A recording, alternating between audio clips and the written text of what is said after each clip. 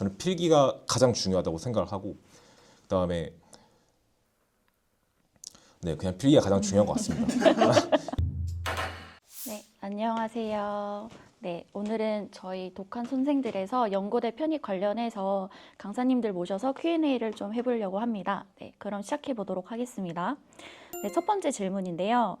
냉정하게 말해서 전적대 성적이 낮거나 영어 기초가 전혀 없는 노베이스 학생이 1년 안에 인서울 상위권에 합격할 확률을 몇 %로 보시나요?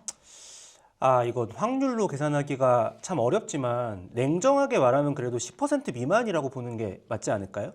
왜 그렇게 말씀을 드리냐면은 학점도 낮고 영어 성적도 낮다는 거는 쉽게 말해서 좀 학업에 대한 베이스가 부족하다 이렇게 보는 거니까 아무래도 인서울 상위권을 합격하려면 절대적인 실력을 많이 끌어올려야 되겠죠.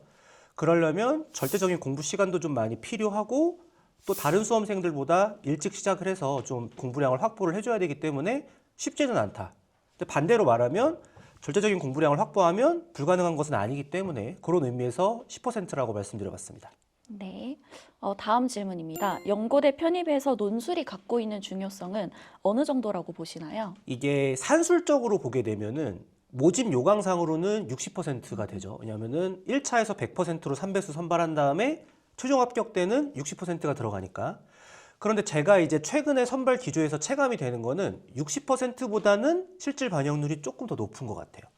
한 70%에서 80% 사이 정도의 영향력이 있지 않나 그렇게 생각이 됩니다. 네, 그러면은 1차 필기 성적이 비슷하다는 전제하에 학업 계획서나 자기소개서 그러한 것들이 합격과 불합격을 뒤집을 만큼 결정적인 변별력을 가질 수 있나요? 이게 사실 학생들이 굉장히 많이 하는 질문인데 결론적으로 말씀드리면 저는 영향력이 좀 제한적이다 이렇게 봐요. 왜 그러냐면 대학생들의 학업 계획서의 내용은 대부분 비슷합니다. 그렇기 때문에 일정 수준 이상으로 작성을 하게 됐을 때에는 크게 변별력은 없어요. 오히려 제가 봤을 때 서류에서 변별력이 있다라고 할 수 있는 요소는 성적표죠. 왜냐면은 성적표에는 해당 전공에 대한 수강 과목 그리고 이제 학점이 기재가 되어 있기 때문에 오히려 좀 거기서 편차가 많이 발생을 하게 된다. 학업 계획서라는 것도 사실은 내 성적표를 되게 잘 표현하기 위한 방법으로서의 의미가 있는 것이지 그냥 학업 계획서만 잘 쓴다라고 해서 그것으로 쉽게 뒤집을 수 있다. 이런 구조는 아니라고 보고 있습니다. 많은 학생들이 궁금해할 다음 질문인데요. 합격생들의 평균 순공 시간은 몇 시간 정도라고 생각을 하시는지, 그리고 그런 합격생들은 그 시간 동안 무엇을 우선순위에 두고 공부를 한다고 생각하시는지 말씀해 주시겠어요? 이거는 제가 데이터적으로 되게 명확하게 말씀드릴 수가 있는 게 합격생들의 경우에 일주일에 논술 강의를 수강하는 시간을 포함해서 15시간 정도라고 보면 될 것 같아요. 그러니까 일주일에 논술 강의를 2번을 수강을 한다면 9시간 정도가 이제 독학으로 공부를 하는 건데 독학에서 제일 중요한 요소 2가지를 말씀드리면 첫 번째는 글쓰기. 최소 매주 한 편 이상의 글쓰기를 꾸준히 해줘야 된다는 부분. 두 번째는 리라이팅입니다. 한 번 내가 첨삭받은 글에 대해서 다시 합격 가능한 수준으로 리라이팅을 해서 경험을 쌓아나가는 과정이 필수적이다. 이렇게 말씀을 드릴 수가 있습니다. 관련해서 책도 좀 읽어보는 게 좋을까요? 책 같은 경우에는 사실은 배경 지식을 높이기 위한 요소로서 좋죠. 그런데 문제가 독서 같은 경우에는 시간이 많이 걸리잖아요. 그래서 효율성이 좋지는 않아요. 그런데 이제 꼭 좀 읽었으면 좋겠다라고 하는 책들은 있어요. 가령 마이클 샌델의 정의란 무엇인가 같은 책들의 경우에는 워낙 필수적이죠. 그래서 그런 책들은 읽어주시면 너무 좋다라고 생각이 됩니다. 네. 그럼 연세대 편입 논술이랑 고려대 편입 논술의 좀 차이를 말씀해 주실 수 있을까요? 이게 결과적으로 말씀드리면 두 학교를 모두 최종 합격하는 학생들은 1년에 손에 꼽을 정도로 적습니다. 이게 왜 그러냐면 두 논술의 특징이 생각보다 많이 다르다라고 생각이 돼요. 고려대 같은 경우에는 최근에 출제 기조를 보게 되면 굉장히 독해력을 심화적으로 요구를 합니다. 진짜 순수 독해 피지컬로 뚫어내야 되는 논술의 형태이기 때문에 정말 독해를 잘해야 되는 특성이 있고요.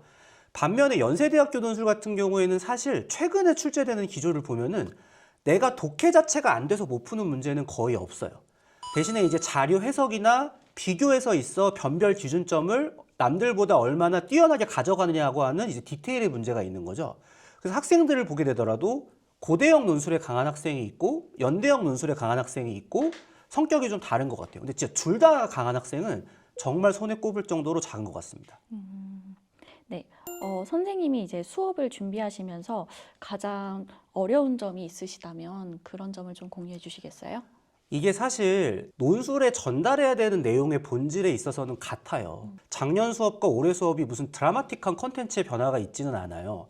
그런데 학생들이 그거를 수용하는 정도는 해가 갈수록 많이 달라지는 것 같아요. 그게 제가 봤을 때는 이게 시대가 지나면서 문해력에 대한 부분에 있어서 학생들이 많이 부담감을 느끼는 것 같아요. 과거에는 이 정도면 충분히 독해를 하겠지라고 했었던 부분들에 대해서 올해는 학생들이 어려움을 느끼는 지점들이 제가 있어요. 그래서 그런 부분들을 얼마나 학생들의 눈높이에서 조금 더 다운그레이드 하면서도 컨텐츠 자체는 퀄리티를 유지하면서 전달을 할까? 그 부분들에 대해서 고민을 많이 합니다. 마지막으로 이제 연고대 편입을 준비 고민을 하시는 분들한테 하고 싶으신 말 있으시다면 하나 해주시겠어요? 저는 항상 연고대 편입뿐만 아니라 많은 분야에 있어서 가지는 공통된 가치관이 가치 있는 것은 쉽게 얻어지지 않는다라는 생각을 해요. 그러니까 대한민국에서 연고대 편입이 차지하는 가치는 여러 가지가 있을 수가 있겠죠. 과거보다 학벌이 차지하는 절대적인 비중이 낮아졌다 하더라도 학벌 이외의 측면에서도 많은 가치를 찾을 수 있는 게 연고대 편입이라고 생각을 하거든요. 쉽게 얻어지지 않는 만큼 인생에 있어서 가치 있는 선택이라고 생각을 해요. 그래서 그 선택의 가치를 느끼는 수험생들이라면 신중하게 도전하시되 한 번 도전했으면 끝까지 포기하지 않고 달려서 자기의 선택에 따르는 가치와 효용 이런 것들이 되게 장기적인 거거든요. 저는 또 어떤 말씀을 드리고 싶냐면 연고대 편입의 진짜 가치는 합격해서가 아니라 졸업하고부터 시작이라고 생각이 돼요. 그러니까 내 앞으로 많이 남은 인생에서 어떤 효용 가치가 있을지는 본인 스스로도 다 모르는 거예요. 그러니까 도전하셔서 거기에 따르는 가치들을 느껴보셨으면 좋겠다라고 생각을 합니다. 네, 좋은 말씀 감사합니다. 네, 지금까지 김현수 선생님과 같이 연고대 편입에 대해서 알아봤습니다. 감사합니다. 김동민 선생님과 저희 연고대 논술 관련해서 좀 질문 드려보도록 하겠습니다. 선생님 먼저 연세대 논술에서 가장 중요하게 생각하시는 게 무엇인지 수업하실 때 그걸 먼저 얘기해 주시겠어요?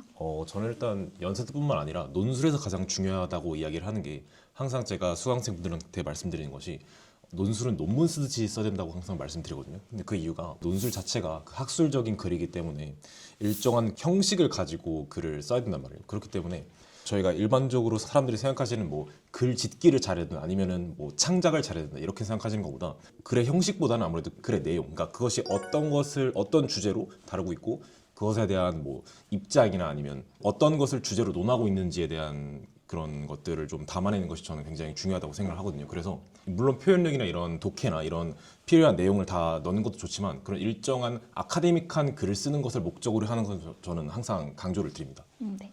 연세대 편입 논술이랑 수시 논술에서는 영어 제시문이 나오잖아요. 그래서 그런 영어 제시문을 독해를 할 때나 이제 문제를 푸실 때 본인만의 이전 팁이 있는지. 일단은 그 영어 제시문이기 때문에 아무래도 되게 많은 학생들이 부담을 가질 수 있는데 근데 그것도 마찬가지로 저희가 써야 되는 글도 학술적 글이고 저희가 읽어야 되는 글도 학술적 글인 경우가 대부분이잖아요. 그래서 그것도 일정한 그 글의 흐름이나 아니면은 그 강조하는 지점이 있는데 그것들을 중점적으로 좀 보면 내가 영어를 못한다고 해도 아, 이 부분이 좀 중요한 이야기구나, 이 부분을 답안에 포함해야겠다, 이런 약간 힌트를 도출할 수 있을 만한 부분이 있는데 저는 그런 부분을 좀 위주로 글을 읽고 그 다음에 생각을 좀 하시는 거를 항상 말씀드리는 편입니다. 그리고 학생분들 이제 개별적으로 상담을 좀 하시다 보면 논술 관련해서 뭐 어떤 부분들을 가장 많이 수강생분들이 고민을 가지고 고민이라는 계실까요? 것이 많은 분들이 고민하시는 게 저희가 글을 쓸 기회가 없잖아요. 그리고 논술이라는 것 자체도 그 수시 논술이 있긴 하지만 그게 파이가 굉장히 적기도 하고 그다음에 제도권 교육에서 저희가 글을 쓰는 방법을 제대로 배운 적이 없기 때문에 많은 분들이 대부분은 논술에서 아마 노베이스일 거예요.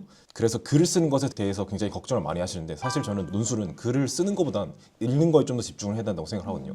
내가 필요한 내용과 그 추가해야 되는 그런 주제들이 이런 것들을 다 캐치를 해야지 그 쓸 내용이 있어야 이제 글을 쓸 수가 있는 것인데 그거에 대한 충분한 이해가 수반되지 않았기 때문에 글을 못 쓰는 거다라고 말씀을 드리고 그렇기 때문에 글을 쓰는 것보다는 독해에 좀 더 집중하라고 저는 말씀드리는 편입니다. 연고대 편입에서 논술이 갖고 있는 중요성은 어느 정도라고 보시나요? 저는 일단 그 연구대 편입 자체가 필기가 논술이잖아요. 1차는 이제 그 3배수를 선발하는데 필기가 100%고 2차는 서류인데 그게 필기가 또 들어가거든요. 그래서 60이랑 40이랑 또 들어가기 때문에 저는 필기가 가장 중요하다고 생각을 하고 저희가 그 합격을 결정하는 그 요인이 있어서 가장 중요하게 준비를 해야 되는 부분이죠. 연세대 수시논술을 합격을 하셨는데 그 수시논술 보시기 전에 어떻게 준비를 좀 직전에 하셨는지랑 그리고 그날 보고 나서의 소감 말씀해 주시겠어요? 보통 시험장에 딱 갔을 때 되게 긴장이 많이 되잖아요. 아, 좀 공부를 하고 가야 되나 아니면 예열 지문이나 그 노트 필기 같은 것들을 좀 가져가야 되나라고 많이 그렇게 준비를 하고 가시는데 그런 것들이 오히려 더 저를 방해를 많이 한다고 생각해서 시험장에 갔을 때 그날 처음으로 보는 글이 제시문이 되도록 하려고 노력을 많이 했거든요. 그냥 최대한 그 정신이 말끔한 상태에서 가서 시험을 보자. 그런 스타일로 저는 그리고 준비를 했었고 그 시험을 보러 갔을 때 굉장히 힘들었어요. 그 처음부터 끝까지 제가 준비하던 대로 되는 것도 많이 없었고 시간이 많이 지체되기도 했고 중간에 돌아가기도 했는데 망했다 약간 이런 생각보다는 아 진짜 내가 모든 걸 다 쏟아붓고 왔다. 그다음에 열심히 했다. 아쉬움보다는 되게 보람을 더 많이 느꼈던 것 같아요. 그 직후의 순간에는. 네, 지금까지 김동민 선생님이랑 논술 공부하는 법을 같이 인터뷰해 보았습니다. 감사합니다. 감사합니다. 아까도 말씀드렸다시피 많은 분들이 글쓰기에 대한 경험이 없잖아요. 그래서 논술은 노베이스일 수밖에 없다라고 말씀드립니다. 질문이 아까 뭐라고 하셨죠?